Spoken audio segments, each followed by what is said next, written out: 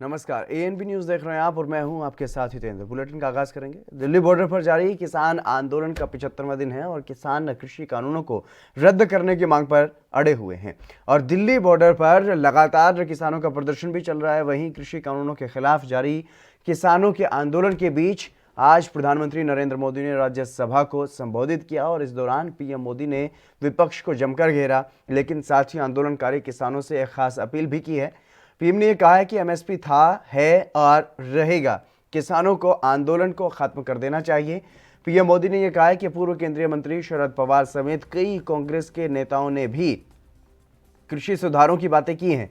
शरद पवार ने अभी भी सुधारों का विरोध नहीं किया है। हमें जो अच्छा लगा वो किया, आगे भी सुधार करते रहेंगे। पीएम मोदी ने यह कहा कि आज विपक्ष यू टर्न कर रहा है क्योंकि राजनीति हावी है।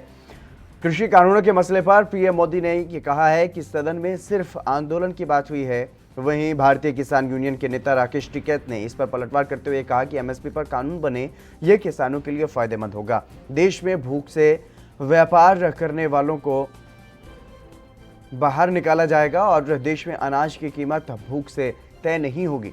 पीएम को अपील करनी चाहिए कि विधायक और सांसद अपनी पेंशन छोड़ें, उसके लिए ये किसान मोर्चा धन्यवाद करेगा। और वहीं कृषि मंत्री ने शुक्रवार को राज्यसभा में ये कहा है कि मौजूदा आंदोलन सिर्फ एक राज्य का मसला है। हालांकि किसानों के प्रदर्शन में देश भर के किसान बड़ी तादाद में जुड़े हुए हैं और हाल ही में कई अंतर्राष्ट्रीय हस्तियों ने भी इस पर टिप्पणियां की हैं। 26 जनवरी को लाल किले पर हुए उपद्रव के बाद किसान आंदोलन की प्रामाणिकता पर कई तरह के सवाल उठे जो अभी भी कायम हैं। इन सबके बीच पुलिस प्रशासन राष्ट्रीय राजधानी क्षेत्र में सुरक्षा को लेकर के चाक चौबंद इंतजाम किए हुए है।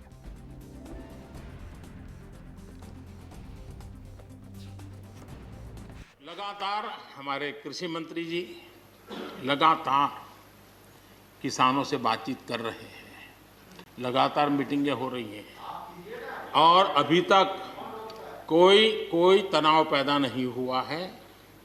एक दूसरे की बात को समझने का, समझाने का प्रयास चल रहा है और हम लगातार आंदोलन से जुड़े लोगों से प्रार्थना करते हैं कि आप आंदोलन करना आपका हक है, लेकिन इस प्रकार से बुजुर्ग लोग वहाँ बैठे ये ठीक नहीं है। आप उनको सबको ले जाइए, आप आंदोलन को खत्म कीजिए। आगे बढ़ने के लिए मिल बैठ करके चर्चा करेंगे, रास्ता खुले है।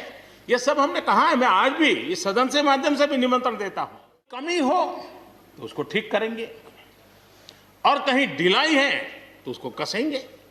ऐसा तो है नहीं कि सब दरवाजे बंद कर दिए बस। और इसलिए मैं कहता हूं, मैं विश्वास दिलाता हूं कि मंडियां अधिक आधुनिक बने, अधिक प्रतिस्पर्धी होगी। इस बार बजट में भी उसके लिए हमने प्रावधान किया है। इतना ही नहीं, एमएसपी है, एमएसपी था, एमएसपी रहेगा। अरे वे उलझा रहे, हमने कहा कि एमएसपी खत्म हो रहा। हमने ये कहा कि एमएसपी पे कानून बने। एमएसपी पे कानून बन जाएगा तो देश के किसानों को फायदा होगा। अब सारे मसले ये हो गए, पहले पंजाब का था, फिर उसका था, फिर इसको जाट का बनाया, फिर इसको सिख का बनाया, फिर अलग अलग बनाया। किसान में भी छोटा बड़ा किसान हो गया। अब इसका अगला एजेंडा क्या रहेगा उनका? ये किसान देश का एक है। देश में भूख पे व्यापार नहीं होगा। भूख कितनी लगेगी, अनाज की कीमत उतनी होगी। देश में भूख से व्यापार करने वालों को बाहर निकाला जाएगा। जिस तरह से फ्लाइट के टिकट एक ही दिन में 4 बार उनके टिकट के रेट ऊपर नीचे होते हैं, इसी तरह से अनाज की कीमतें किस आदमी को किस टाइम पे कितनी भूख लगेगी, उसकी कीमत देश में अनाज की कीमत भूख पे तय नहीं होगी।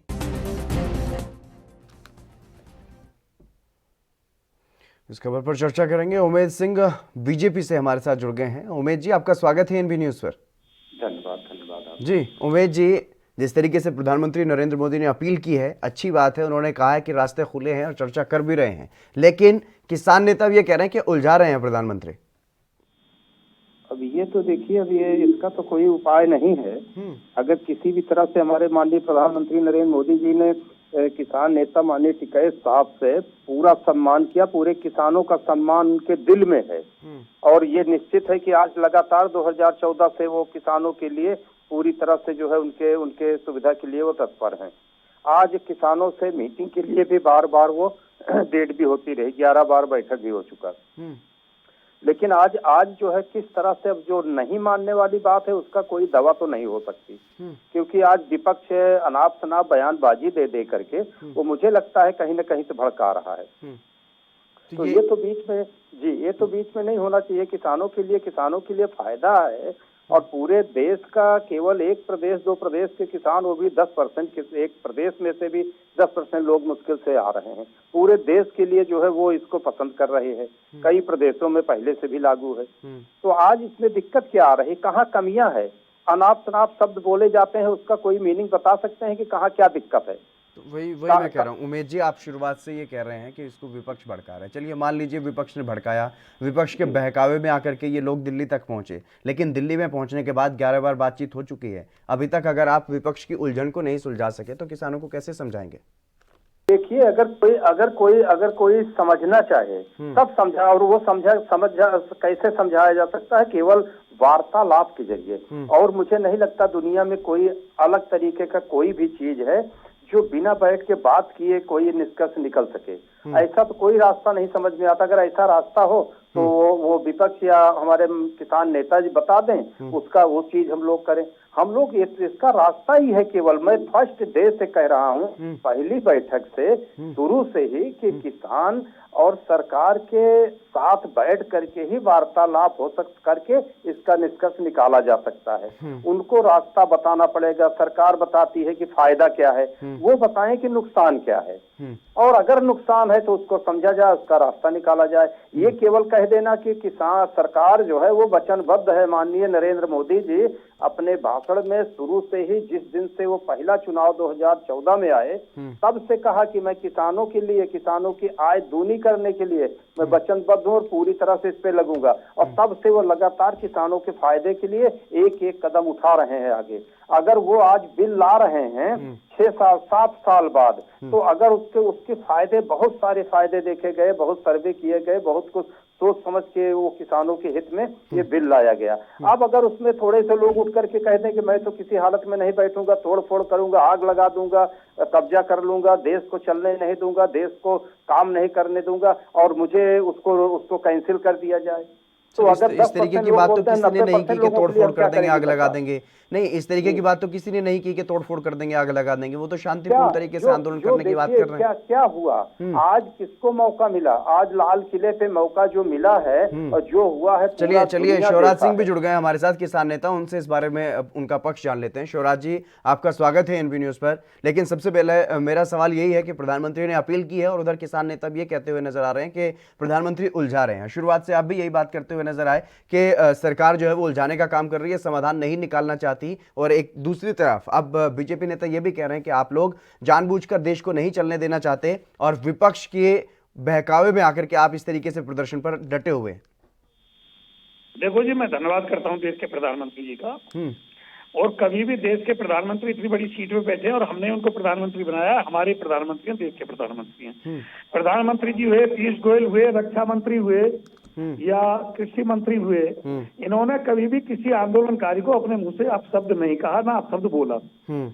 और जो भाजपा के प्रवक्ता उनको भी उनसे ज्ञान लेना चाहिए, अपने सीनियर लीडरों से। बिल्कुल। आज मैंने प्रधानमंत्री जी का पूरा भाषण सुना। उन्होंने ये भी कहा जो आंदोलनकारी होते हैं वो परजीवी होते हैं। उन्होंने ये भी कहा कि इस आंदोलन से हमें बहुत कुछ नए सुझाव भी मिले हैं, अच्छे सुझाव मिले। हालांकि एमएसपी पे उन्होंने वही रची रचाई बात बोली, बिल्कुल, कि एमएसपी है, एमएसपी रहेगी और एमएसपी थी। उन्होंने कहा एमएसपी थी, एमएसपी है और एमएसपी रहेगी। हालांकि देश का किसान ये कह रहा है कि एमएसपी को गारंटी कानून बनाया जाए, अमली जामा। दोनों चीजों में थोड़ा सा अंतर है। हम तो इसे कानूनी रूप के लिए मानना चाहते हैं भाई इससे नीचे खरीदना हो, लेकिन जब देश के प्रधान माननीय राष्ट्रपति जी को ये ले आई सरकार, राष्ट्रपति जी ने अपने अभिभाषण में नए कानून को जो बहुत बढ़िया बताया, देश के प्रधानमंत्री जी ने भी वही कहा। तो मुझे ये लगता है कि भाई ये तो इन्होंने अपना जो है, जहां राष्ट्रपति जी जो सबसे बड़ी सीट होती है, वो भी इस कानून के लिए अच्छी बात कह रहे हैं। देश के प्रधानमंत्री भी वही बात कह रहे हैं, एमएसपी थी, एमएसपी है और एमएसपी रहेगी। तो कुछ इससे आगे करने के मूड में तो सरकार नहीं है। तो मेरा तो सुझाव ये है, अब आंदोलनकारियों को सरकार के ऊपर डाल देनी चाहिए। भाई तुम आंदोलनकारियों की आवाज नहीं सुन रहे तो जो देश के जो कुछ अंधभक्त हैं जो आंदोलनकारियों को गाली देते हैं या कुछ भी कह देते हैं वो भी तो इसका परिणाम भुगतेंगे। वो भुगतने को तैयार हो जाए। आंदोलनकारी को कह देना चाहिए भाई हम देश के प्रधानमंत्री का सम्मान करते हैं, जब सरकार नहीं मानने को तैयार है, तानाशाही रूप पे है, तो प्रधानमंत्री जी हमसे एक वार्ता कर लें, जो उन्होंने आज कहा राज्यसभा में कि हमारे दरवाजे खुले हुए हैं और हम वार्ता के लिए तैयार है। तो प्रधानमंत्री सीधी वार्ता करें और प्रधानमंत्री के सिर पर डाल के बुराई भलाई को आंदोलन को हमें वापस ले लेना चाहिए। मेरा तो सुझाव आंदोलनकारियों से भी अब यही है, क्योंकि देश के प्रधानमंत्री जी ने और राष्ट्रपति जी ने भी खुद, जबकि राष्ट्रपति जी को, महामहिम राष्ट्रपति जी को हमें कोई शब्द बोलने का अधिकार नहीं है, मैं तो बहुत छोटा सा व्यक्ति हूँ, उन्होंने भी अपने अभिभाषण में, आपने भी सुना होगा, हमने भी सुना, खूब कानून की पढ़ाई करी है। जी और आज बिल्कुल प्रधानमंत्री बिल्कुल। जी ने पढ़ाई करी है। उमेश जी एक रटी रटाई सी स्क्रिप्ट है, सबको पकड़ा दी गई और सबने वही बोल दिया जो प्रधानमंत्री चाहते हैं। अब ये आरोप आप पर लग रहा है, बीजेपी पर लग रहा है, लेकिन ये आरोप कुछ नेताओं पर, आप पर भी उमेश जी इन्होंने ये आरोप लगाया है कि ना ही तो देश के प्रधानमंत्री ने कुछ गलत बोला किसान नेताओं को, किसान आंदोलन को, और ना ही रक्षा मंत्री, कृषि मंत्री ने बोला, ना ही राष्ट्रपति ने बोला। लेकिन आप जैसे लोग जो थोड़ा कद में जो छोटे हैं वो आंदोलनकारियों को तरह तरह की बातें कर रहे हैं, उन पर गलत तरीके से आरोप लगाने का काम कर रहे हैं। उमेश जी नहीं होगा, आपके चैनल पे मैंने कम से कम 50 बार तो से ज्यादा 100 बार बाइट दे चुका हूँ कि एक किसान आंदोलन के ऊपर, और मैं बार बार ये शब्द दोहराया हूँ कि किसान हमारे देश का अन्नदाता है।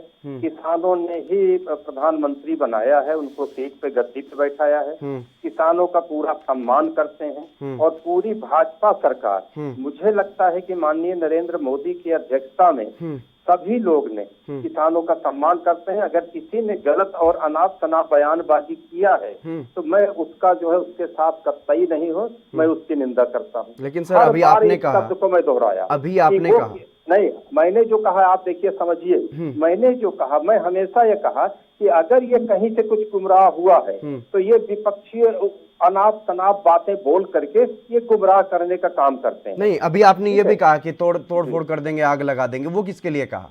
किसने? किसान, ये तो विपक्ष, जो नए नए लोग आते हैं इसके यहाँ, वो लोगों की भाषा होती है। सर किसी किसान नेता ने नहीं कहा, शायद किसी किसान नेता ने नहीं कहा। कभी किसान तो कभी टिकैत जी के शब्द में, उनके पिताजी बहुत बड़े देश के जो है किसान नेता थे, स्वर्गीय श्री महेंद्र टिकैत साहब, वो सब लोगों का एक बहुत बड़ा वर्चस्व है देश पे, और किसान सम्मान करता है उनका।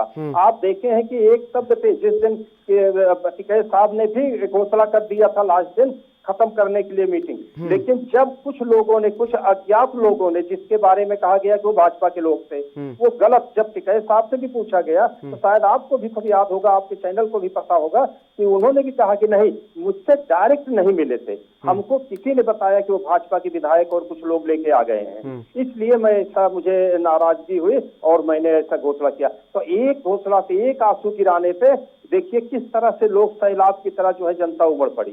तो इस बात को समझ करके सर, इस बात को समझ करके फिर जो मांग किसान कर रहे हैं वो आप नहीं मान रहे हैं, और आप कह रहे हैं कि हमें कानूनों में कमियां बताइए।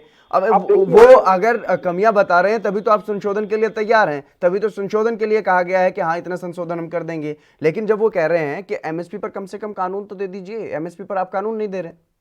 निश्चित तौर पे इसका मैं बार बार ये रिपीट करता हूँ, और इसके सिवा अगर दुनिया में कोई अलग कोई तरीका हो तो कोई उसका सुझाव दे दे, मैं उसका सम्मान करता हूँ।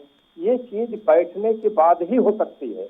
बैठने के बाद, जैसे दोनों पक्षों में, सरकार और किसान में बैठ करके बहुत सारी चीज को सुलझाने की बात और कगार पे एकदम लास्ट उस पे आई, और लास्ट स्टेज पे सारी चीज किया भी गया कि ये किए जाएंगे। कुछ बिंदुओं पे असहमति थी, उसके बारे में हुआ कि अगली बैठक हमेशा होती रही, और कुछ न कुछ नया निकल के आता रहा। तो ये बैठ करके ही आपस में ही वार्ता करके हल निकाला जा सकता है। शिवराज जी, कोई अलग रास्ता हो तो आप लोग सुझाव दें। बिल्कुल शिवराज जी, क्या लगता है आपको? क्योंकि अभी तक ये कह रहे हैं कि कोई अलग रास्ता हो इसका समाधान निकालने का तो हमें बता दीजिए, लेकिन बैठक से इस तरीके से शायद नतीजा कभी भी नहीं निकल पाएगा, क्योंकि इधर किसान भी सहमत होते हुए दिखाई नहीं दे रहे। वो साफ तौर पर यही कह रहे हैं कि 3 कानूनों को रद्द किया जाए, लेकिन जो मांग शुरुआत से पहले दिन से जो किसानों की रही है कि एमएसपी पर गारंटी कानून बना दे, उस पर सरकार की तरफ से भी कोई प्रतिक्रिया नहीं है।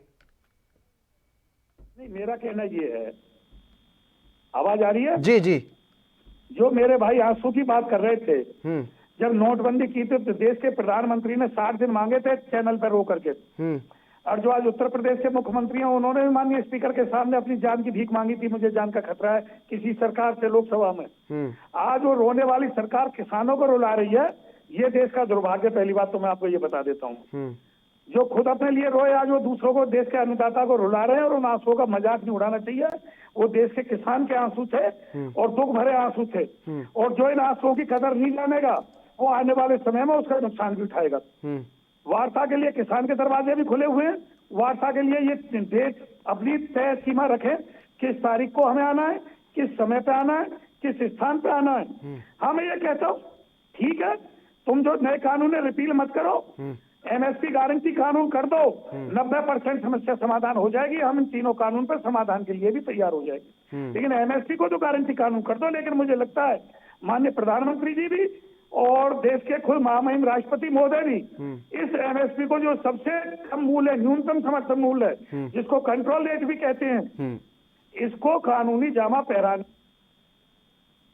बिल्कुल उमेश जी, कानूनी जामा क्यों नहीं पहनाना चाहते एमएसपी को? अगर एमएसपी पर आप समाधान निकाल लेंगे, ठीक है, न्यूनतम समर्थन मूल्य है ना, इससे ज्यादा कोई फिर भी खरीद सकता है। उमेश जी, समझ रहे हैं आप बात को? इससे ज्यादा पर फिर भी जो लोग बाहर से खरीदेंगे वो खरीद सकते हैं, लेकिन इससे कम पर कोई ना खरीदे, ऐसा कानून तो बना ही सकते हैं ना उमेश जी? के लिए उसके रास्ता निकल से बहुत सारी दिक्कतें होती हैं, बहुत सारी दिक्कतें होती हैं। उससे केवल आप केवल चैनल पर बैठ करके कोई रास्ता नहीं निकाल सकते हैं। ये देखिए, उसको जो है उसको बैठ के वार्ता करके ही पॉइंट टू पॉइंट डिस्कस करके ही उसका रास्ता निकल सकता है। सर, एमएसपी पर कौन सी पॉइंट टू पॉइंट आप वार्ता करना चाहते हैं? अभी देखिए, चैनल पे बैठ करके हम लोग क्या करते हैं, मैं किसानों का पूरा सम्मान करता हूँ, किसान प्रवक्ता जी का मैं पूरा सम्मान करता हूँ, बार बार रिपीट करता हूँ, लेकिन बातों में अंतर कहाँ आता है? जैसे मैंने कहा कि वो किसी के कहने पे, जो कि उनसे खुद उनका ही बयान था, टिकैत साहब का, जो खुद का बयान था कि हाँ, मैंने डायरेक्ट भाजपा नेताओं को नहीं देखा, किसी ने बताया। वो मुझे सर, अगले दिन वो भी आपने देखा होगा, जब अगले ही दिन वहां से किसी को उन्होंने बैठा दिया स्टेज पर बुला करके और पुलिस को उसके हवाले किया, वो भी आपने देखा होगा शायद। नहीं, बिल्कुल। और मैं उस दिन वहीं पे था उमेश जी, मैं उस दिन दिल्ली में था, गाजीपुर बॉर्डर पे ही मैं गया था। वहाँ पे कुछ साधु भी बैठे हुए हैं, बौद्ध धर्म से जुड़े हुए लोग वहाँ पर बैठे हुए हैं। बिल्कुल। उन्होंने भी, मैंने उनसे बात की तो उन्होंने भी साफ तौर पे यही कहा था कि यहाँ पर रात को पुलिस फोर्स पूरी तरीके से बुलाई गई, जिस तरीके से वहाँ पर घेराबंदी की गई, बिजली उनकी काटी गई, पानी उनका रोका गया। तो इसको आप क्या कहते हैं सर? इसको सम्मान करना कहते हैं आप?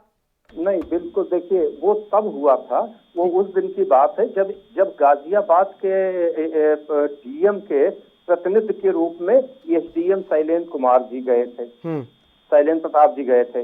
अच्छा, उस दिन की बात थी, उन्होंने नोटिस दिया था वहां का कि खाली करने के लिए, क्योंकि बहुत ज्यादा उस दिन हंगामा हो गया था 26 जनवरी को, और वो पूरा देश, किसी को पसंद नहीं आया, पूरी दुनिया उसका जो है उसको गलत कहा। और सर, वो किसान तब रोया वहां पर, राकेश टिकैत जी तब रोए वहां पर, क्योंकि बड़ौत और बागपत में जिस तरीके से किसान जहां पर बैठे हुए थे, उनको रात में उनकी बिजली काटकर मारपीट करके भगाया गया, ये वो वजह रही। और इसी वजह को देखते हुए शाम को वहां पर जब उनको ये जानकारी मिली कि कुछ गुंडे यहां पर बुलाए गए हैं, पुलिस के अलावा भी और भी लोग बुलाए गए हैं, मारपीट करके भगाने की तैयारी थी।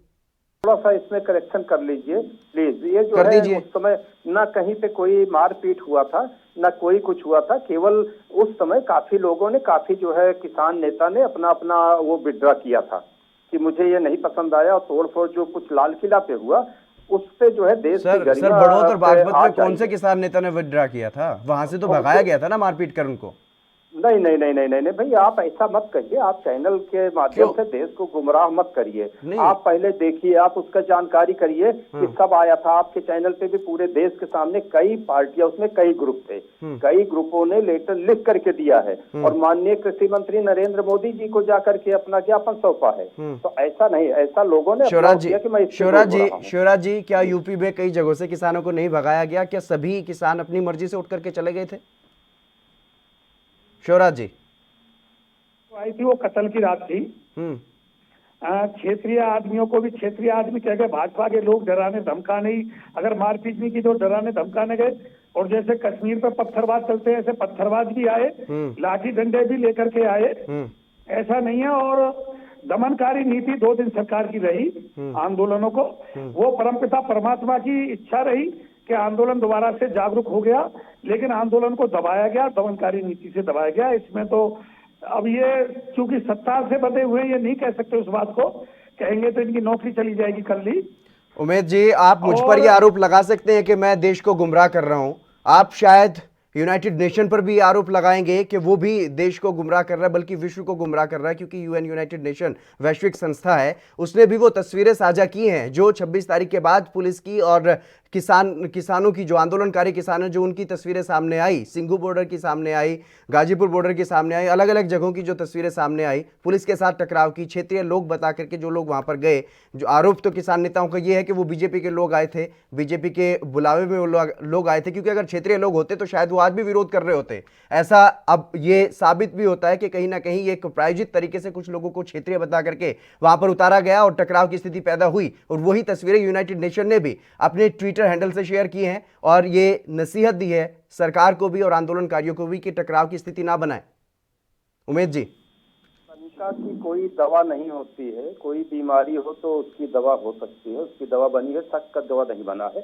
अब आप देखिए, अगर आप एक एग्जाम्पल देखा है पूरा दुनिया ने कि किसानों, जवानों और सरकार में किस तरह से एक अच्छा विश्वास था, अटूट विश्वास था, फिर उसके बदले में इसी का नतीजा था जो सरकार ने और किसान के बीच में वार्तालाप कर करके और उनको समय दिया गया, रोड मैप दिया गया और उनका, और उधर से गणतंत्र दिवस भी मनाया जाए और किसानों का भी अपना कार्यक्रम रहे। वो कितना बढ़िया, क्या स्वरूप दिया गया था, वो एक आत्मविश्वास था आपस में। नहीं सर, जो आप आरोप मुझ पर लगा रहे हैं, मैं उस पर अब आपका जवाब चाहता हूं, जो मैंने बताया। उसी का जवाब दे रहा हूं मैं, उसी का जवाब दे रहा हूं, बहुत कम शब्दों में कि उसी का जवाब दे रहा हूं कि किस तरह से घुमा फिरा करके बात को तोड़ मरोड़ करके अगर किया जाता है तो दिक्कत होती है। वो स्पष्ट है कि किस तरह से सरकार को किसानों के ऊपर किस तरह से भरोसा है। तो कभी भी किसान को भी विचलित नहीं होना चाहिए और सरकार को भी साथ में बैठने का रास्ता निकालें, वार्ता करने का रास्ता निकालें। मुझे लगता है बयानबाजी से को कम करके और इसके ऊपर ज्यादा अमल किया जाए, जिससे हल होगा मसला। लेकिन शिवराज जी, आपको नहीं लगता कि जिस तरीके से कोशिशें की गई अलग अलग बीजेपी की तरफ से नेताओं को अलग अलग जगहों पर भेज करके इन कानूनों के हक में, इन कानूनों के पक्ष में खड़े होने की बात कही गई लोगों को, तो आपको नहीं लगता कि सरकार पहले दिन से ही बातचीत करने की जरूर बात कर रही है, बातचीत कर भी रही है, लेकिन ये चाहती है कि इन कानूनों को बिल्कुल भी पूरी तरह से रद्द ना करना पड़े और अपने पक्ष में माहौल को कर लिया जाए, ये आंदोलन वैसे ही ठप हो जाएगा? मैं पिछली बातों की पुनरावृत्ति नहीं करना चाहता, क्योंकि हर भाजपा का प्रवक्ता जब कोई बात नहीं होती लाल किले पे पहुंच जाता है। लाल किले का सबने विरोध किया, जो हुआ वो दुर्भाग्यपूर्ण है, किसी ने उसका समर्थन नहीं किया। वो जांच का विषय है, उसमें जांच में जो दोषी होगा उस पर कार्रवाई होगी, जो निर्दोष होगा वो बरी होगा। लेकिन मैं ये कह रहा हूँ, किसान का बेटा कभी देशद्रोही नहीं हो सकता। किसान का बेटा ही तिरंगे का सम्मान करता है, किसान का बेटा ही तिरंगे की सुरक्षा करता है। और मैं यहाँ तक कहता हूँ कि आरएसएस ने तो देश आजाद होने के कई सालों तक अपने दफ्तर पर 52 साल तक अपने दफ्तर पर तिरंगा नहीं फहराया था, लेकिन देश का किसान का बेटा वो है जो तिरंगे की सुरक्षा भी करता है और सम्मान भी करता है, खुद तिरंगे में लिपट के आता है। और आतंकवादी के सीने में भी गोली किसान का बेटा उतारता है और आतंकवादी की गोली भी किसान का बेटा खाता है। मंत्रियों के बेटे कोई गोली नहीं खाते। और गुजरात से तो मुझे लगता है किसी ने गोली ना उतारी है किसी के सीने में, और ना गुजराती ने किसी ने गोली खाई है। ये भी मिसाल है, आज तक कोई शहीद होकर नहीं आया गुजरात से, जो कड़वा सत्य है। लेकिन हम भारत माता की मिट्टी के लाल है, हम तिरंगे का सम्मान करते हैं हमेशा, और हमेशा हम करवाते भी रहेंगे। बिल्कुल बिल्कुल उमेश जी, सुन लिया आपने कि तिरंगे का सम्मान कौन करता है, तिरंगे में लिपट करके कौन आता है, क्या वो तिरंगे का अपमान करेंगे? लेकिन जिन्होंने किया उनके लिए साफ तौर पर सभी किसान नेताओं ने उसकी भर्त्सना भी की है, निंदा भी की है और यह भी कहा कि कार्रवाई की जाए, लेकिन उन पर दोष जो है वो साबित हो जाए। चलिए, बहुत बहुत शुक्रिया उमेश जी मेरे साथ जुड़ने के लिए। शिवराज जी, आपका भी बहुत शुक्रिया मेरे साथ जुड़ने के लिए, तमाम बातचीत करने के लिए, चर्चा करने के लिए। बढ़ेंगे अगली खबर की तरफ। उत्तराखंड के चमोली जिले की चीन सीमा से जुड़े हुए क्षेत्र में एक ग्लेशियर के टूट जाने से भारी तबाही वहां पर मची। स्थानीय पुलिस और प्रशासन के अलावा एनडीआरएफ, आईटीबीपी और सेना राहत और बचाव के कार्य में अभी भी जुटी हुई है। राज्य में बीते दिन आई प्राकृतिक आपदा ने काफी इलाके को तबाह कर दिया है और अब अभी भी वहां पर प्रशासन का जोर शोर से राहत और बचाव कार्य जारी है। यहां पर ही ऋषि गंगा प्रोजेक्ट तबाह हो गया है और कई घरों को भी नुकसान पहुंचा है। तपोवन सुरंग के पास ऑपरेशन जारी है। वहीं चमोली हादसे को लेकर के उत्तराखंड पुलिस ने ताजा बयान जारी किया है और पुलिस की तरफ से ट्वीट किया गया है कि कल के हादसे में अभी तक लगभग 202 लोगों के लापता होने की सूचना है। 19 लोगों के शव भी अलग अलग स्थानों से बरामद किए जा चुके हैं। बता दें कि तपोवन टनल में भी लगातार राहत और बचाव कार्य चल रहा है। अभी तक 100 मीटर तक टनल की सफाई हुई है और यहां पर करीब 37 लोगों के फंसे होने की खबर है। तपोवन टनल के पास आईटीबीपी का रेस्क्यू ऑपरेशन जारी है। यहां पर अब स्निफर डॉग की मदद ली जा रही है और वायुसेना भी रेस्क्यू ऑपरेशन में जुटी हुई है। यहां पर एमआई और चिनूक की ओर से लगातार काम किया जा रहा है। वहीं हादसे पर केंद्रीय मंत्री आरके सिंह, कांग्रेस नेता मल्लिकार्जुन खड़गे और आरजेडी नेता मनोज झा ने भी दुख जताया है। अभी मैंने जो रेनी गांव है जहां पर कि ब्रिज टूटा था और साथ में जो पावर स्टेशन था, उसका डैम था, उसको कल जो स्वेप्ट हो गया था तो उससे काफ़ी हमें नुकसान हुआ था। उस ब्रिज के टूटने से तकरीबन 13 गांव जो हैं वो जो उसके अक्रॉस थे, मलारी और घमसाली की तरफ, वो सब कट ऑफ हो गए हैं। और चूँकि आईटीबीपी का भारी डिप्लॉयमेंट है उस साइड में, चाइना का बॉर्डर है, तो हमने सबको अलर्ट कर दिया है क्योंकि जो ड्रॉपिंग हो रही है राशन की और रसद सामान की, वो लाटा गांव और इसमें रेनी गांव में हो रही है, तो उसको हम लोग मदद कर रहे हैं आगे फर्दर पहुंचाने के लिए। इसका हमने पूरा टाई अप कर रखा है, पूरी टीमें बांट रखी हैं। एंड दिक्कत यही है कि 2 और गांव हैं वहाँ पे, जगवार और जगवार, हाँ, तो वहाँ पे वो भी उनके ब्रिज से कनेक्टेड थे, तो उनके पास कैसे जाया जाए। तो लोग तो वैसे भी ट्रॉमेटिक कंडीशन में हैं, तो हम लोग ठीक है, फ्रेश ब्लड है हमारे पास ऑलरेडी, वो संसाधन अवेलेबल है, तो हम लोग उनके पास पहुंच रहे हैं। और